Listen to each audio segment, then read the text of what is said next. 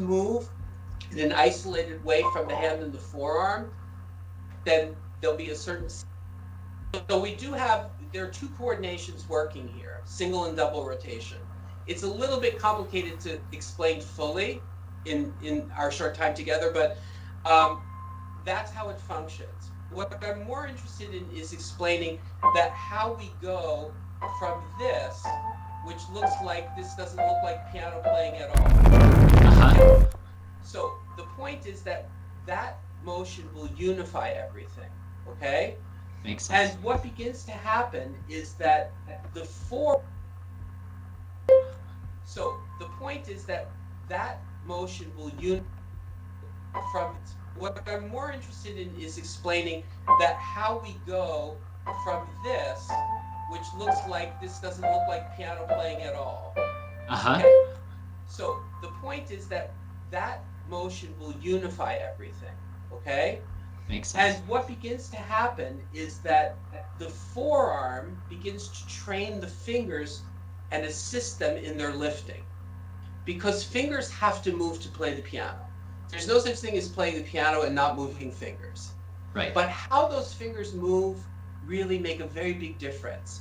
If the fingers move in an isolated way from the hand and the forearm, then there'll be a certain ceiling to everything. And people feel that they have to practice it and practice it every new piece and build it up and build it up and build it up. A facility should work like riding a bicycle. When you ride a bicycle, you know the coordination, and even if you don't ride in 5 years, you get back on the bicycle, and a few cranks, you're back on. Yeah. So when you have a coordination in your body, having fingers, quote unquote, is not something that you have to work on. There's a process of minimization. So what happens is that the size of things, the proportion of things, gets taught and trained into somebody. So what looks like a very big arm motion, like this, becomes much smaller. Smaller and smaller and smaller, and it's felt but it's not seen. See, I have a rotation.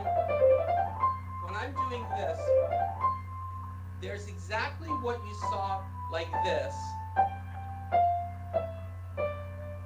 That's happening, but it's gone through several iterations.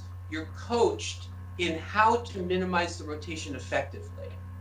That makes sense, because I remember working with someone who was, I was taking over for this other teacher who was trained in Talman, and a little boy was playing his scales like this. And he said, oh, that's just the Talman approach. But I thought, well, that's incredibly inefficient. But that makes sense what you're saying. Having a coach there to help you minimize those motions, to make them second nature, makes complete sense. Think about this. What Talman did was she discovered something. She didn't create something. She didn't decide from an extrinsic point of view that these certain things would probably make up a good piano technique or a good practice session. She found intrinsically what's occurring when somebody plays coordination-wise. What are the coordinations? And what she found was that the body lined itself up a particular way, like any good movement would do. Like if you have a seesaw and you have the fulcrum here, the plank moves very well. If the alignment of the fulcrum is off center, the movement of the plank is not very good. Right. So we have certain alignments in our body. Finger, hand, and arm have very specific alignments connected to an elbow body. Very good. Alignment of the fulcrum.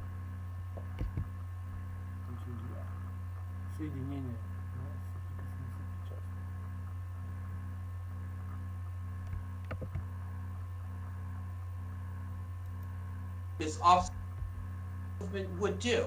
Like if you have a seesaw and you have the fulcrum.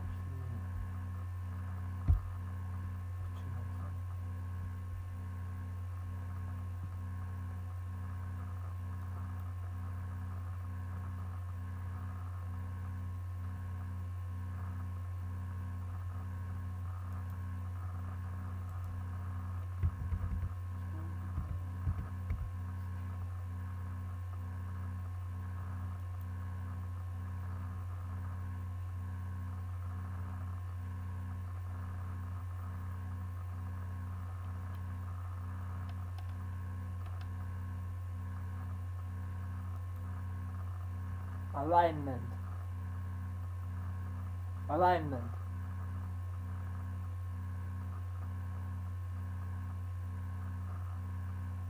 Что ты тут несешь такое? Alignment. Alignment. Alignment.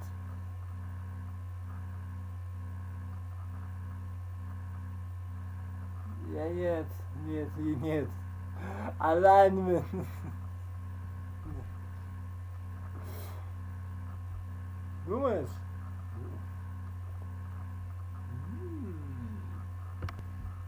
Ну-ка, сначала.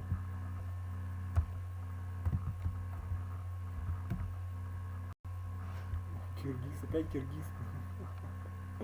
Пурпур.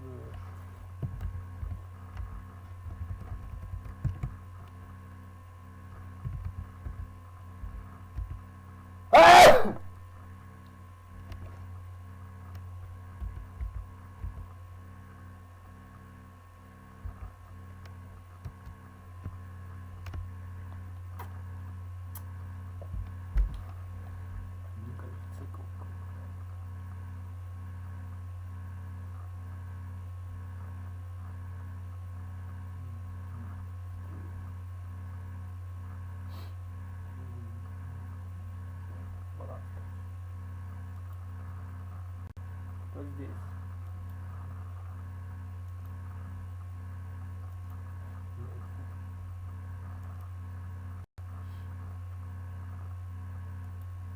From here, the plank moves very well.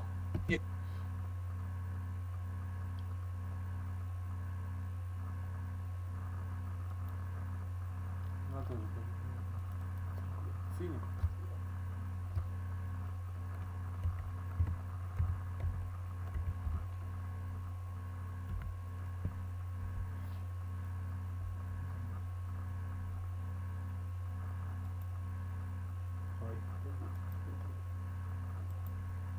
If the alignment of the fulcrum is off center, the movement of the plank is not very good.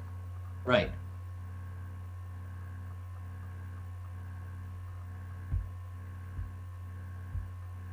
So we have certain alignments in our body.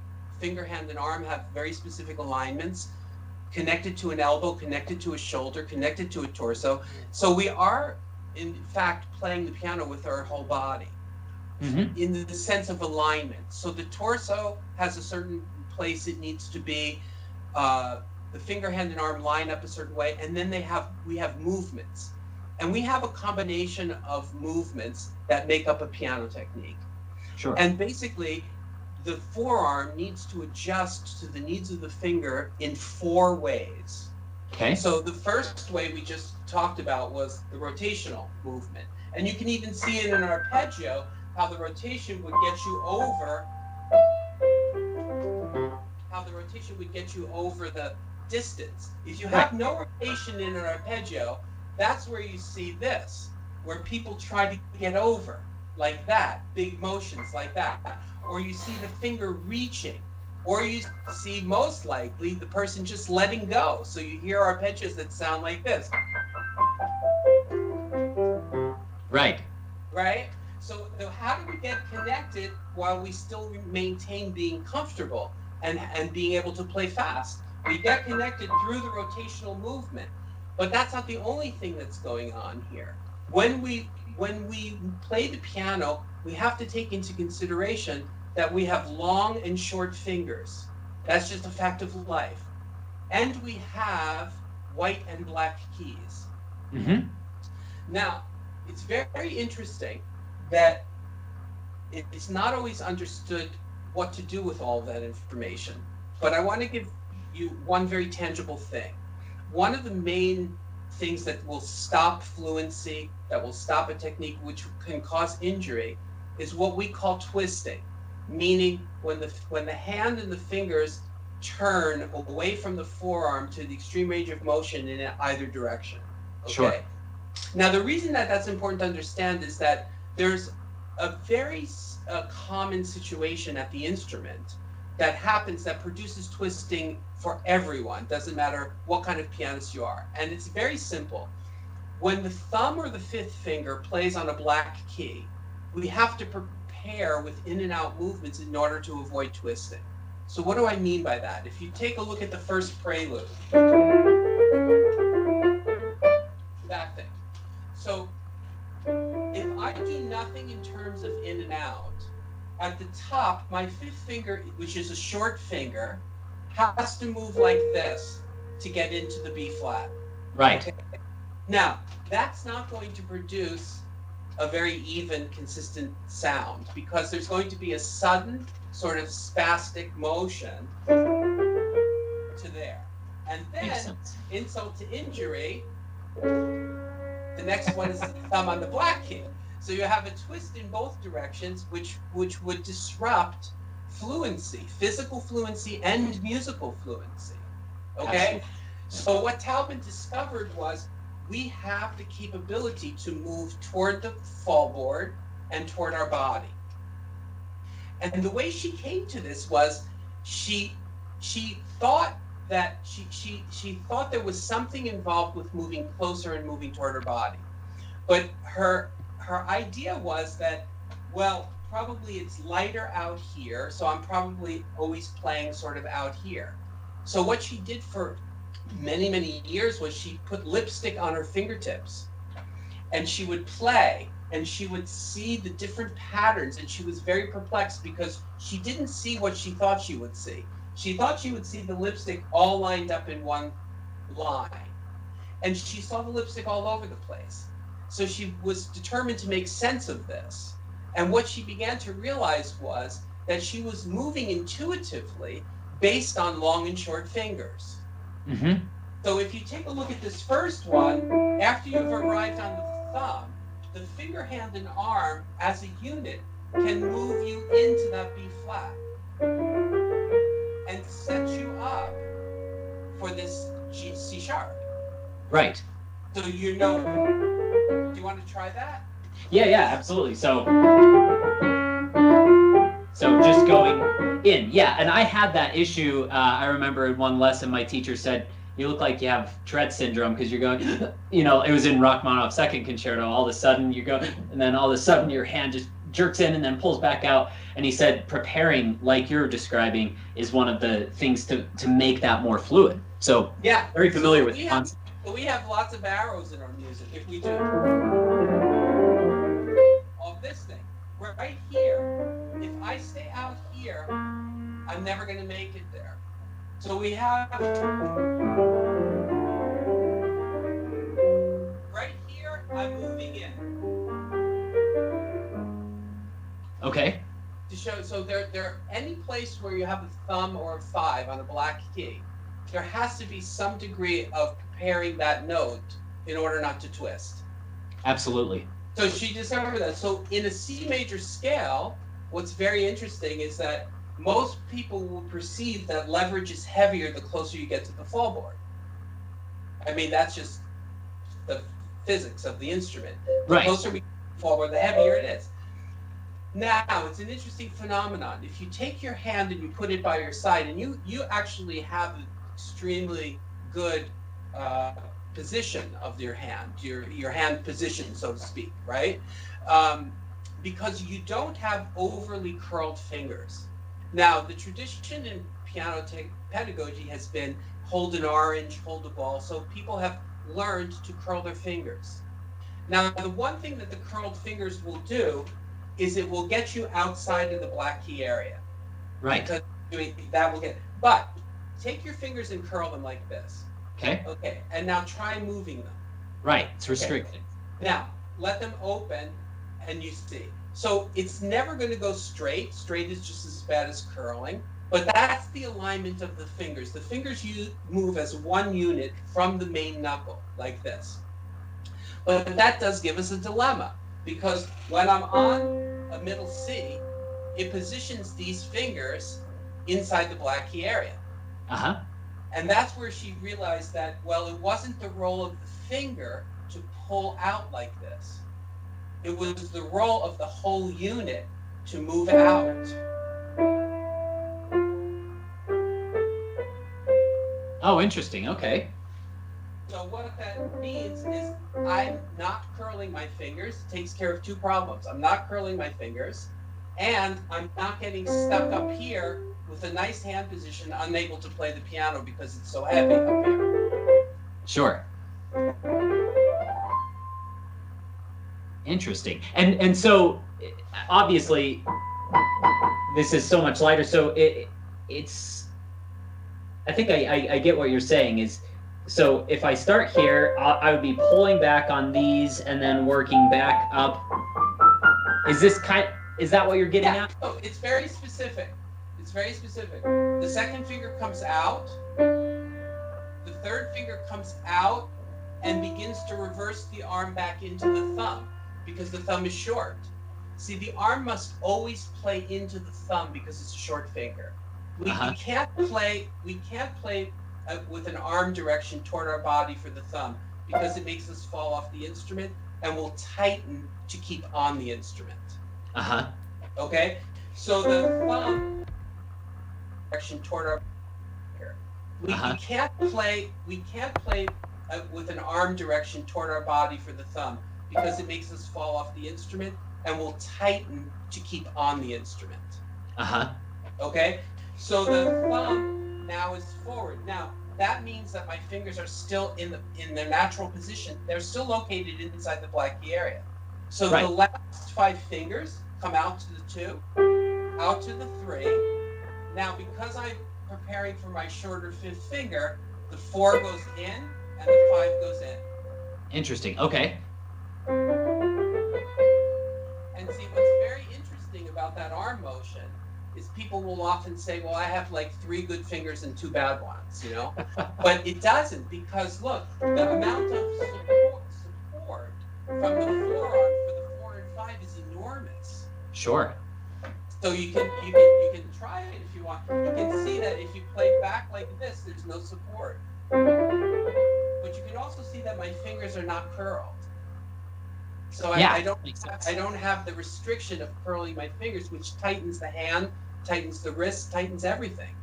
So that's what she found. So that was like the second category of motion that she found. And then she realized that there were other things. So there are other things, meaning that I can do those 2 components perfectly and still have some problems. For instance, the crossing under of the thumb. I can do this, which I just rotated and I did the in and out perfectly. But I'm still very far from my thumb. So my thumb, which is right around the D, has to move all the way over to the F. And in speed, that's a very sudden motion and it's too big a distance. So what she realized was accompanying both those sets of motions was a third set of motions, meaning the walk D. So my thumb, which is right around the D, is perfectly and still have some problems. For instance, the crossing under of the thumb. I can do this, which I just rotated and I did the in and out perfectly. But I'm still very far from my thumb. So my thumb, which is right around the D, has to move all the way over to the F. And in speed, that's a very sudden motion and it's too big a distance. So what she realized was accompanying both those sets of motions was a third set of motions, meaning the walking hand and arm. So this lateral motion of the forearm we were capable of doing this. So we're capable of doing this motion, we're capable of doing this motion, and we're capable of doing this motion. Okay. So when that happens, I'll show you in the left. You can see how my thumb is exactly where I need it to be. Right. When I need it to be there. So if I don't do the walking hand and arm, this is where my thumb is. And that's why you see people do very awkward things like basically trying to get to their thumb. Right. So are you saying, okay, so going down, you would come in to prepare for the short finger, and by that act of coming in and Are you saying that you can pull your thumb under? Because I know that's a big debate, you know, thumb under or no thumb under. Could you clarify that for us? I certainly would. Okay, so first of all the principles have to check out. In other words, we can't have a set of something that works and then you abandon it to go to a different set. Okay? Right. So one of the things that I was saying previously is that we need to come out to the second finger. Uh-huh. The third finger being long, that comes out. Oh, okay. Yeah. Because if here comes out, come out to the second finger. Uh-huh. The third finger being long, that comes out. Oh, okay. Yeah. Because if here's another reason why it needs to come out. If I go into the third finger, then my thumb is naturally going to want to fall out. And if my thumb has the experience of falling out, I'm falling off the if here's another reason why it needs to come out. If I go into the third finger, then my thumb is naturally going to want to fall out. And if my thumb has the experience of falling out, I'm falling off the instrument. It makes people extremely insecure. Okay. Just fixing the concept that the thumb has to play forward from the arm can solve many, many passages for people. Just that one simple concept. Okay. So for people has to play forward from the arm can solve many, many passages for people. Just that one simple concept. Okay. So that's a given. I'm rotating and I'm coming out to the third finger and into the thumb.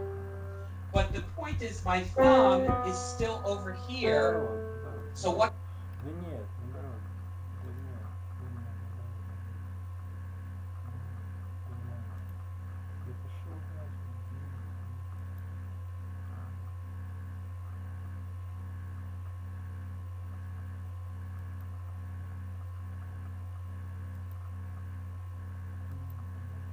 What's happening here? When I rotate, in addition to rotating, I'm allowing for a slight shift to the left. Now the whole mechanism is now aligned in a different left. In addition to rotating, I'm allowing for a slight shift to the left. Now the whole mechanism is now aligned in a different orientation to the instrument. I'm more at an angle. And I go a little bit further on the third finger, which puts my thumb exactly here. A very good indicator is to take those two notes and play it as an interval. That will tell you where the forearm really needs to get to. How does that not, because you had talked about twisting, are you just talking about twisting towards Take those two notes and play it as an interval. Go a little bit further on the third finger, more at an angle. And I go a little bit further on the third finger, which puts my thumb exactly here. A very good indicator is to take those two notes and play it as an interval. That will tell you where the forearm really needs to get to.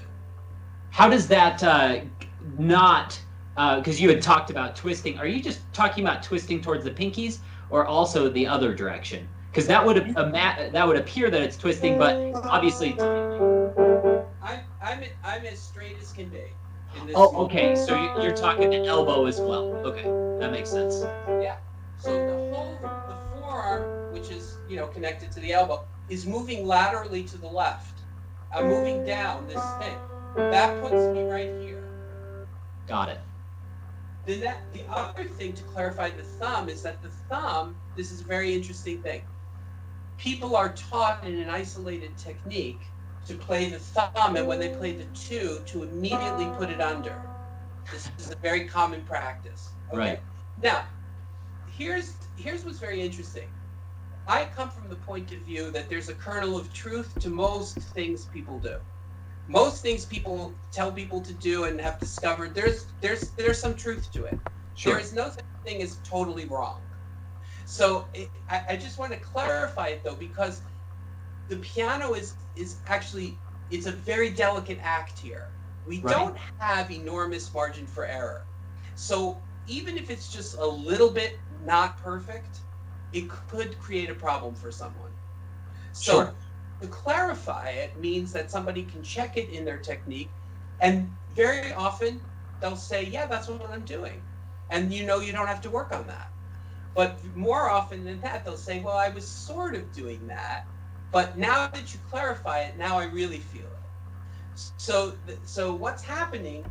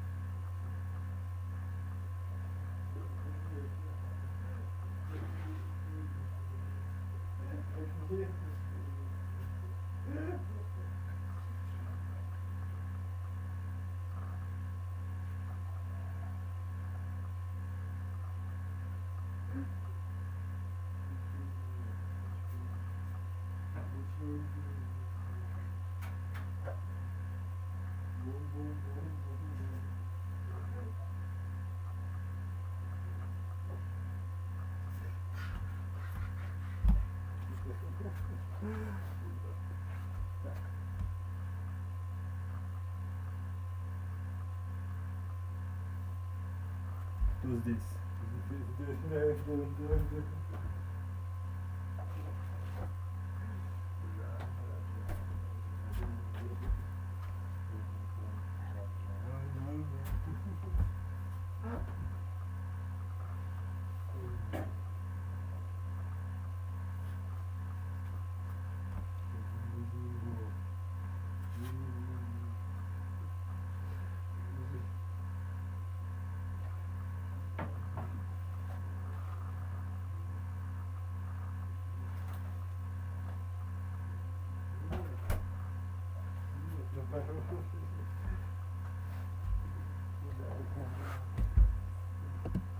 here is that the thumb, if you turn it over this way, and it can move. Нет, не надо, вот это чужое используешь, ты хотя нет, я понимаю. Вы какие-то непонятные, что вы все пишете?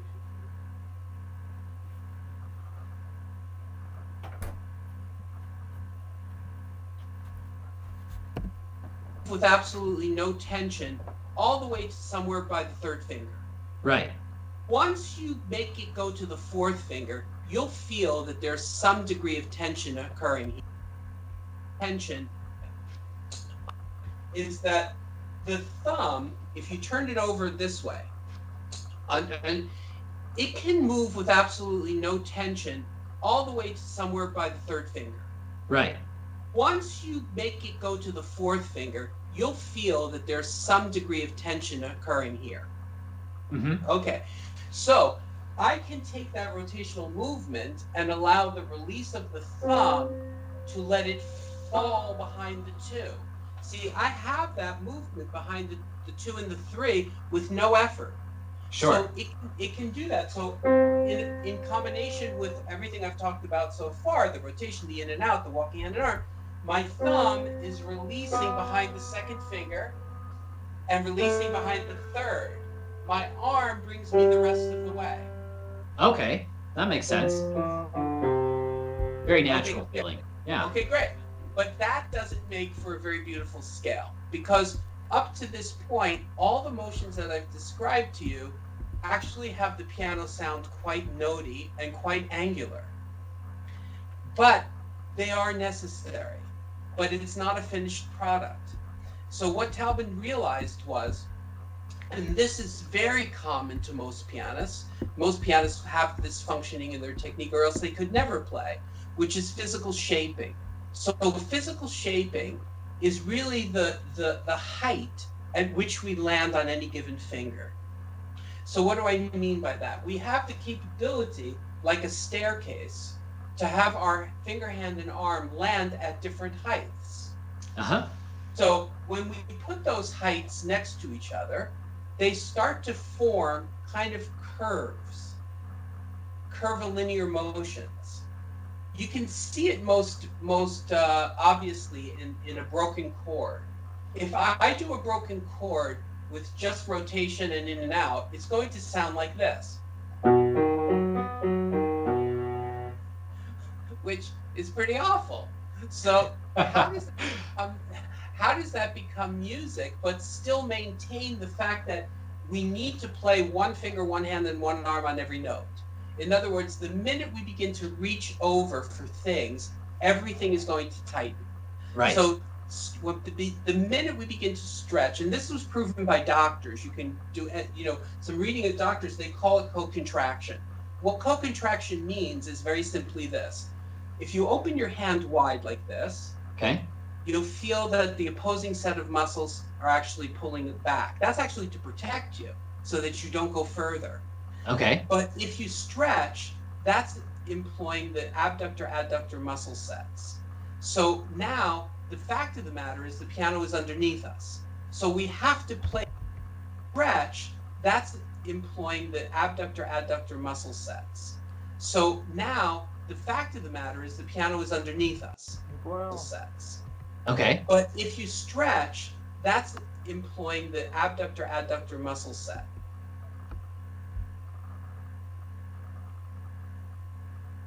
Индуктор, движение.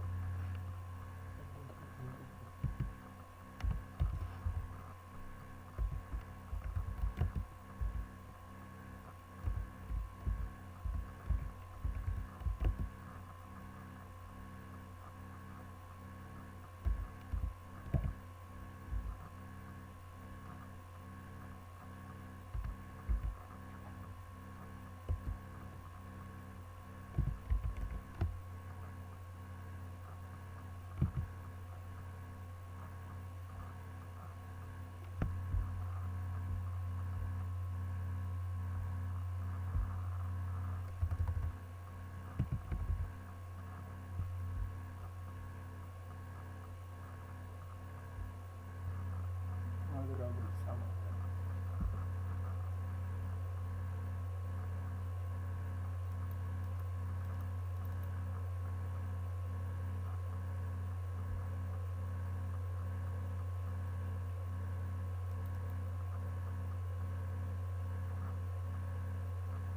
Вещи мышцы. Сейчас как это идут, я знаю. So now, the fact of the matter is the piano is underneath us. So we have to play fingers down and up in order to play the piano. So when we stretch and we use the flexors and the extensors, we have what's called dual muscular pull. Pianists interpret that as tension. Uh-huh. So the minute something is in position, held in position, open like this, you're going to have inherent tension. Now, it goes against logic. This goes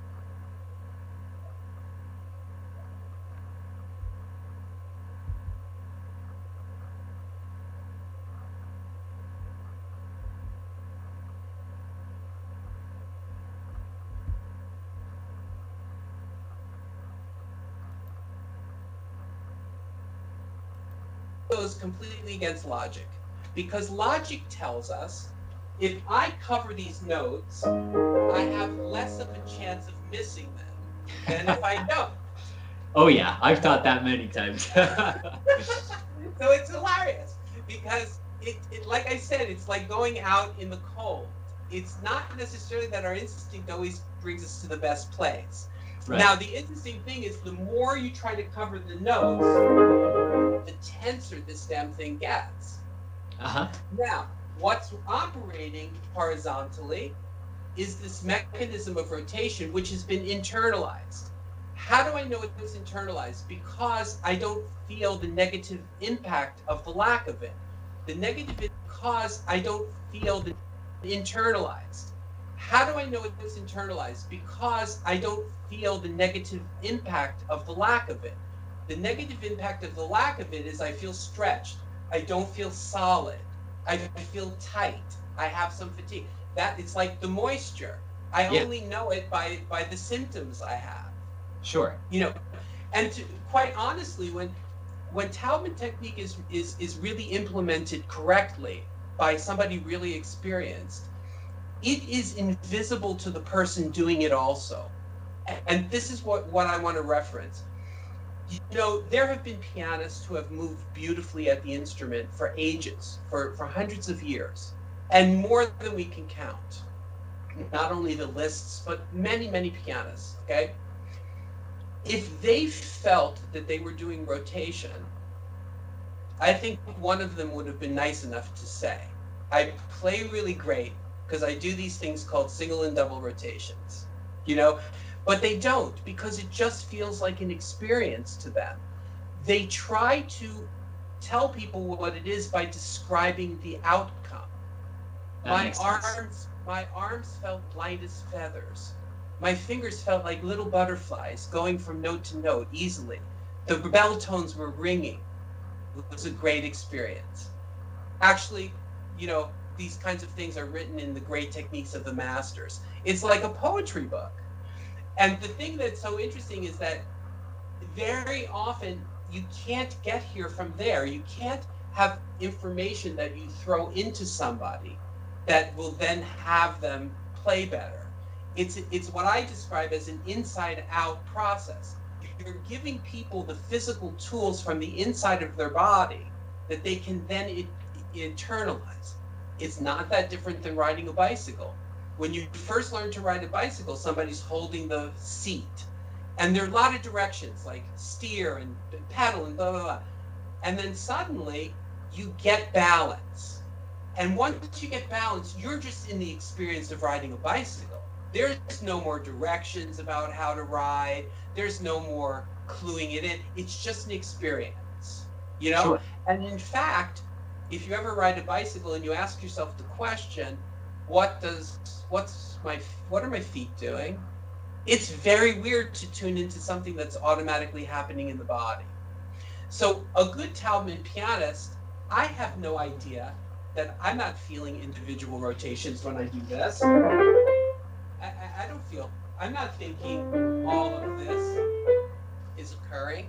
It's already in my body. It's a naturally occurring phenomenon. Rotation, I wish people would relate to rotation more as a way to stimulate what's natural in the body. It is a means whereby we can stimulate and produce a facility horizontally across the instrument. But it has to be done properly in order to work right. But in the end, no pianist of mine will go on stage and come off stage and say, I missed the double rotation in measure 54. They only know in normal terms, like I got mixed up at the recap, like just normal stuff. Yeah. The difference is they can go back into their practice room and actually focus in and think, why did that happen? What happened in that moment that I didn't feel well, or didn't analyze well, or didn't resolve that created that problem? Sure. But the problem is when things are very internalized, when you do something like this,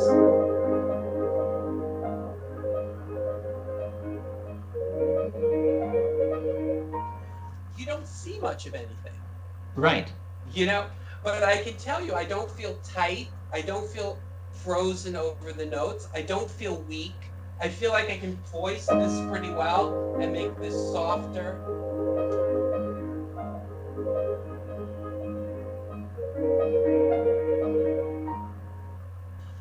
But what I was going to tell you about this was the third set of motions, was that she discovered that shaping kind of unified it all. So how do we not have to think rotation and in and out and walking out and all that? Those get kind of internalized as natural responses to the needs of the music. And then the shaping is a very interesting thing. As I play, say, a B major scale, I'm going a little bit higher to the third finger and back down to level to the thumb. Uh-huh. Now, this is a movement done with my finger, hand, and arm unified. I'm not doing it as an isolated wrist motion. I can't separate the parts of my body and play well. You know, that's where you get things like this. People look like this. They lose total control. Or they do it from large muscle groups, like they do it from the upper arm. I was personally taught Russian school to do it very much from here. Uh-huh. Well, the problem with that is these are very slow moving muscles, very slow moving muscles. You try to move them in speed like that, try going around your house and doing this for all day. See what kind of condition you'll feel like at night. Sure. But the point of the matter is that she discovered that the finger, hand, and arm can move this very efficiently. So it's a question of the dog wagging the tail or the tail wagging the dog. Okay? Sure. Uh-huh. So when I take it and apply shaping to this passage, can you see that I have some undulating motion? Yes. We term it as an overshape going down here, and an across shape or undershape going up. I know that this is following what I'm doing. So there's movement here. I'm just not initiating it from there. That was one of the main things that happened to me, because from my teacher at IU, she shaped an awful lot. And I thought that felt good, so more of it would be better. As I exaggerated it, what happens with exaggerated shaping is that it pulls you off the bottom of the keys. Right. So it pulls you off the security of the bottom of the key. We don't need an enormous amount of it. But you can see the absence of it. If I do this, I'm going to do it with shaping. And it's very specific what the shaping is. In a scale, it's what we call a 5-note shape. The high point is in the middle. Makes sense. And then this is a 4-note shape. So we have a 5-note shape and followed by a 4-note shape. It's very, very natural to the body to do it this way. So, but you can see it. I'm not going to learn it by making huge motions. It's just what I need. That makes sense. So, but you can hear that it takes it out of the realm of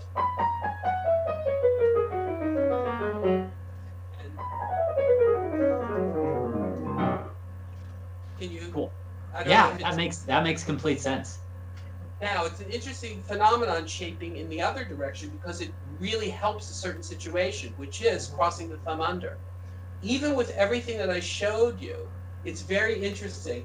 I still wouldn't be able to successfully play, because when I'm here, even here, I don't have a lot of space for my thumb. So in combination with everything else I was showing you, it gets a little bit higher to the 2, higher to the 3, back to level. Uh-huh. So this is, and every scale functions this way. The high point of the shape is always the finger before the thumb. Makes a lot of sense. See that gives space to this moment. This is no longer stuck like this, people isolated trying to get their thumb under. That's great. And you can see that it provides a certain amount of certain amount of musicality because it doesn't sound just mechanical. Yeah.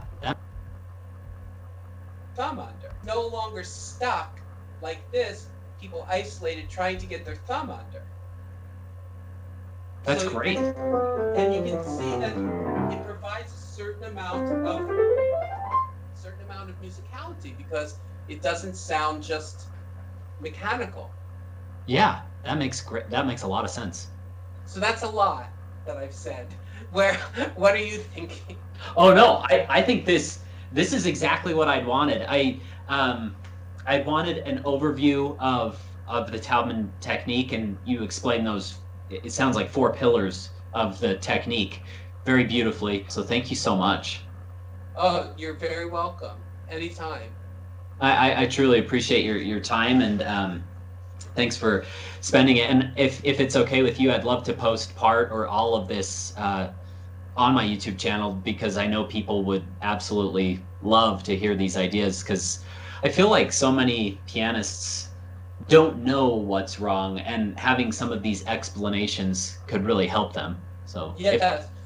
One thing that I would like to say is that to avoid misunderstanding, not everybody who comes to a Taubman teacher in a way gets taken down to, you know, the smallest level of movement. When there are pianists, like I said, every pianist is doing a certain percentage correctly. It is possible to work with somebody who can play very well and just actually put in the correct adjustments in the right places, that they will get a tremendous relief and improvement, because the mechanism is basically a healthy mechanism. So it doesn't always mean that it's not a cookie cutter method. It's really about evaluating what the pianist needs according to their concerns. They're the ones very often who direct us.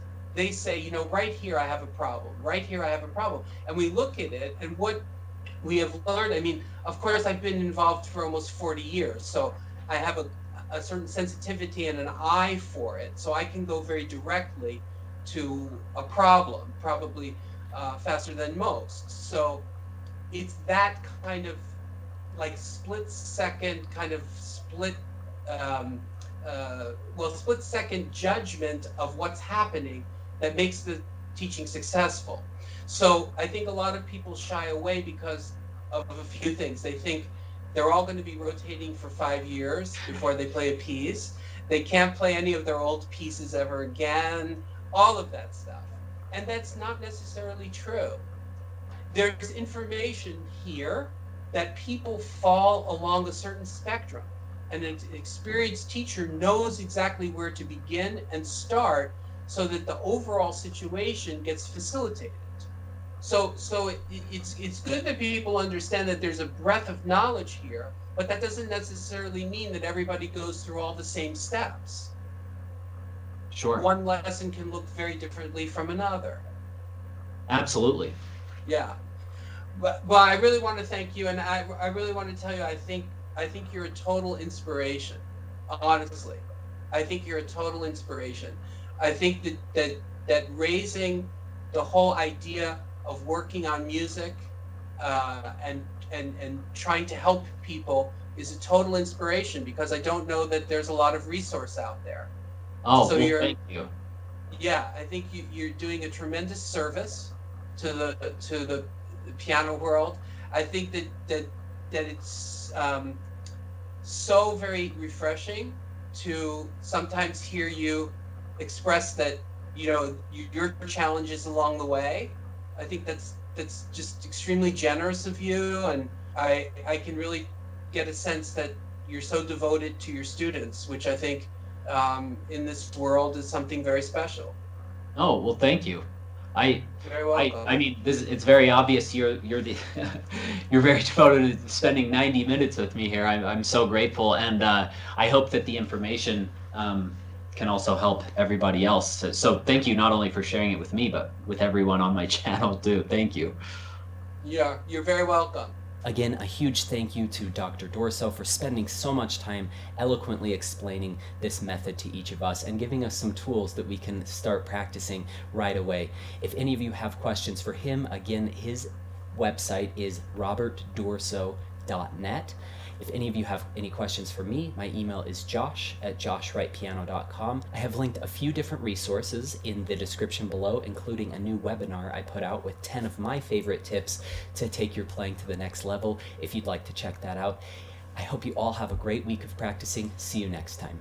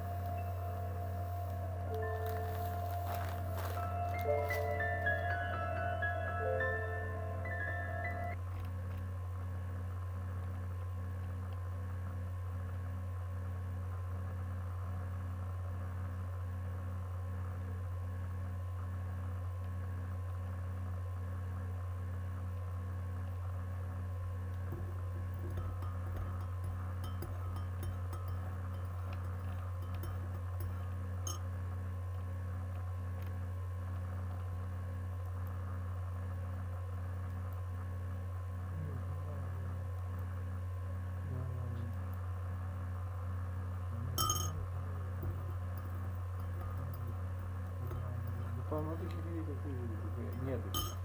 Они же не музыканты все, я понимаю. Ну, я понимаю.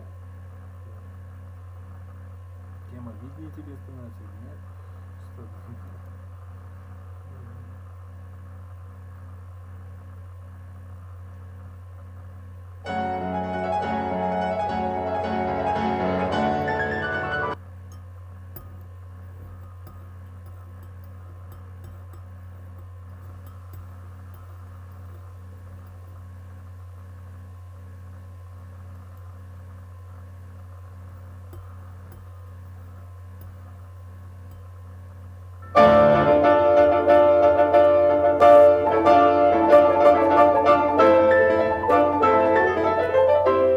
Playing a concert of my own compositions.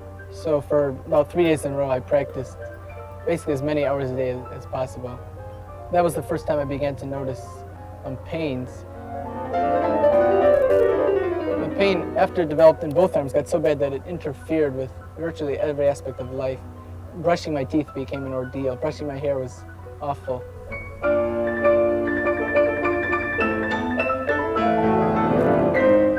It's very lucky that I did run into trouble and get pain, because if I had not got pain, I almost undoubtedly would not have been led to Mrs. Taubman.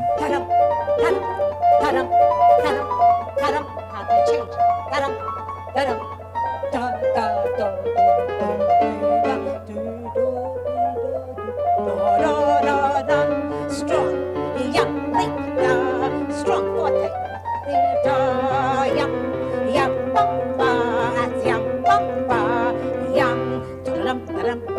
Wait.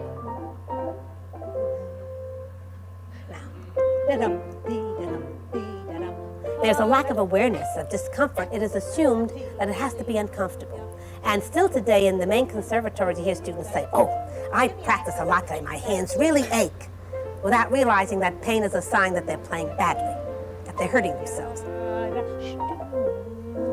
This is what kept me teaching all these years, because as time went on, I saw more and more wonderful young prodigies being cut down much too early. Well, the first thing that went were the shoulders and the muscles in here. So they went to the point where I had muscle spasms all across the shoulders and upper back and even my neck.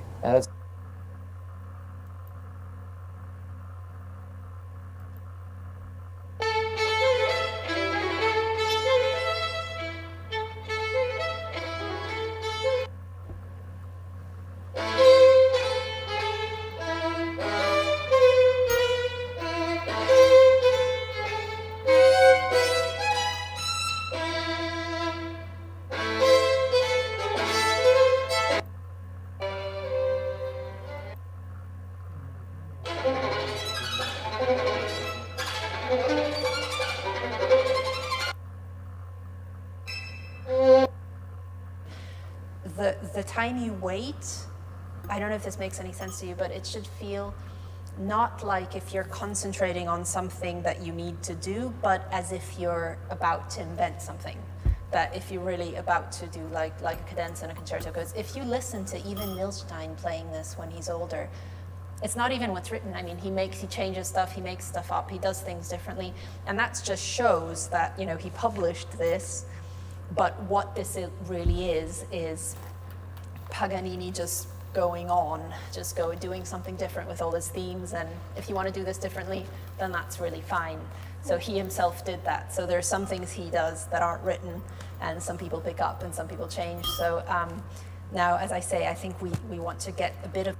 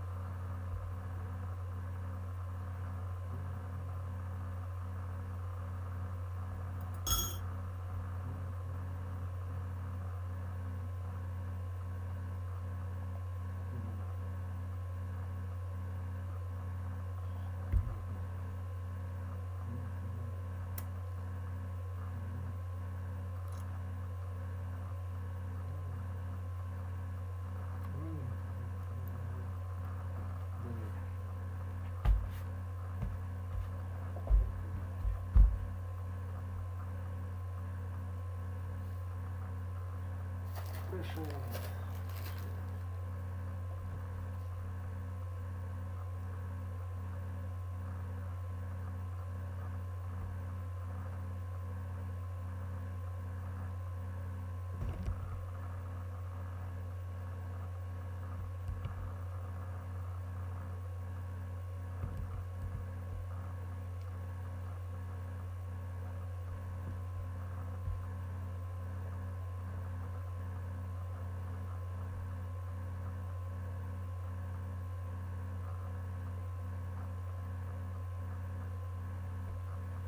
Нет, здорово.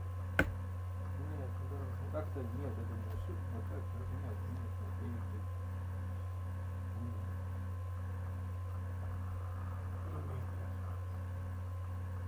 Нормально, как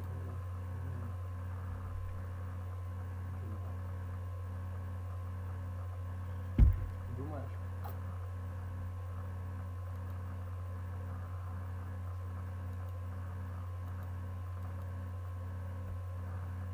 Меня там прям сил.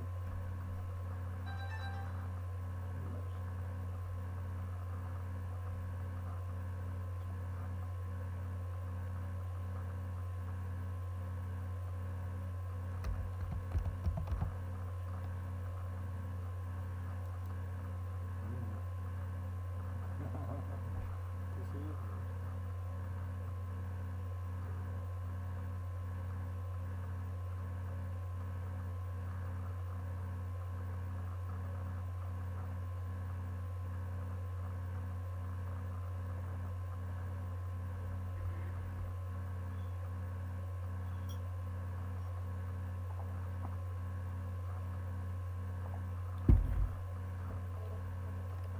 Вот это есть.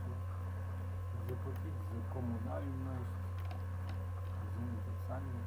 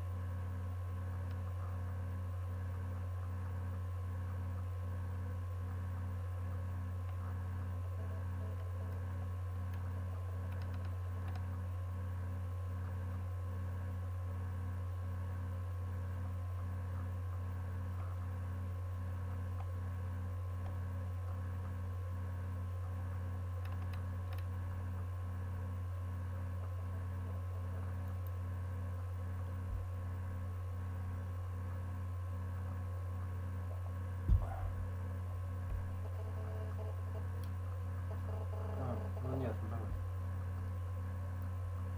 Читать даже не надо думать, что ты говоришь.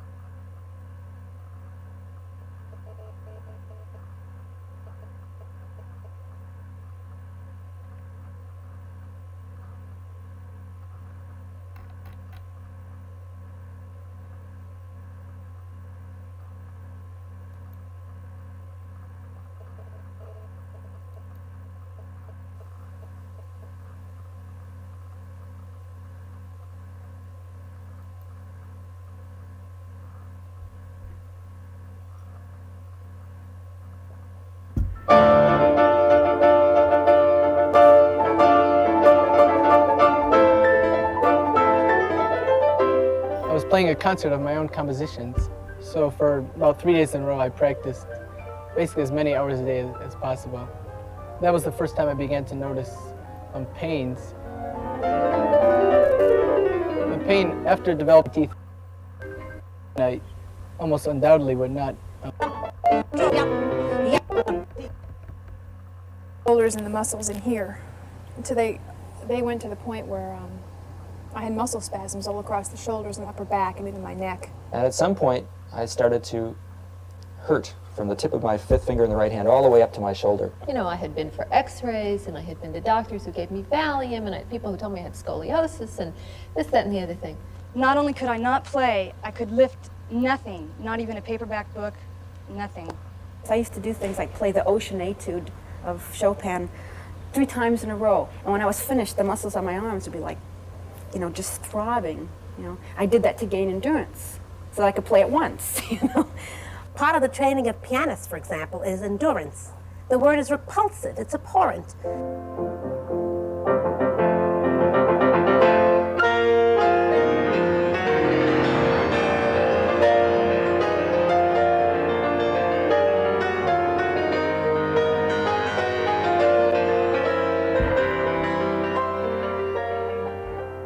The feeling of playing at the keyboard should be euphoric.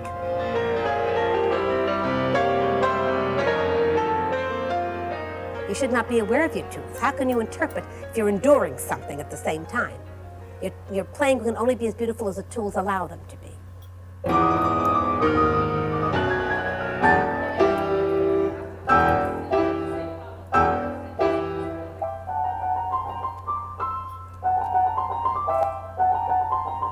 It's spasming, right? Suppose you had to do just 5 fingers. Would it pull up? Let me see. Not too bad there, is it? No. Now suppose you do a scale. Does it pull up? Yes, it does. When does your 5th finger pull up when you play which finger on the scale? Would you find that for me? Do it fast and see what happens. What long before you got there? On your 3rd finger, right? Right. And that's because you're anticipating getting your thumb under. And in doing that, there's a pull. Now, what we're going to do, whenever I take on new students, there are new problems. The variables are so enormous in the variety of coordinations that no 2 problems are identical. You see, and yet basic principles are identical. So that we have something, a guidepost from which to work.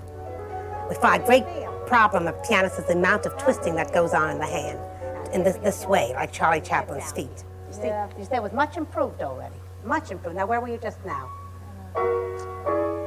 Now, let's take that again. Now, here. Why take the 4th finger so you can make sure you twist? The 4th finger on a black key to go to a thumb, if you have an octave distance, is atrocious. The small amount of twisting that 4th finger creates, I would guess that half the pianists who are injured and crippled do so because they're using the 4th finger on the black key. I find that's one of the most common causes of injury. So take your 5 there, okay? There.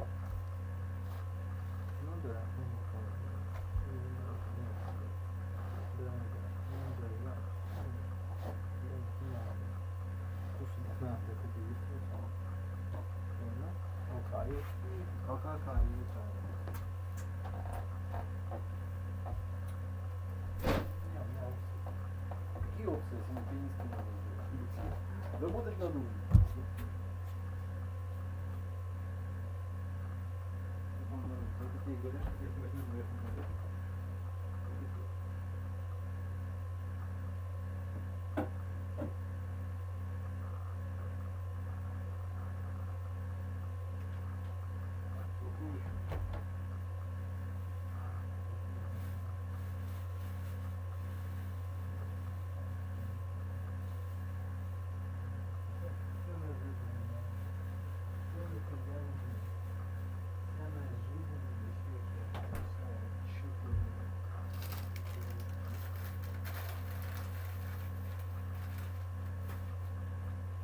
Не, я что, разбираться буду, что с меня надо? Вот мне ладно, просто так. Ну, я знаю.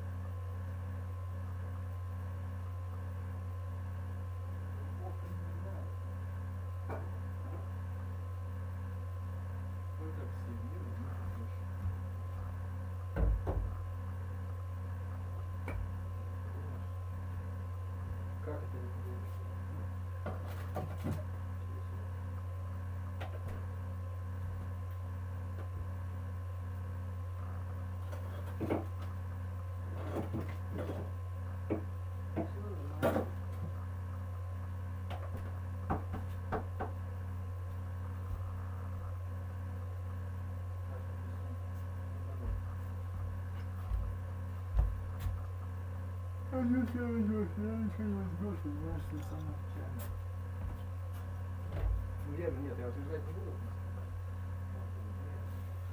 Нет, что-то можно взять, что-то можно взять. Не знаю, что мне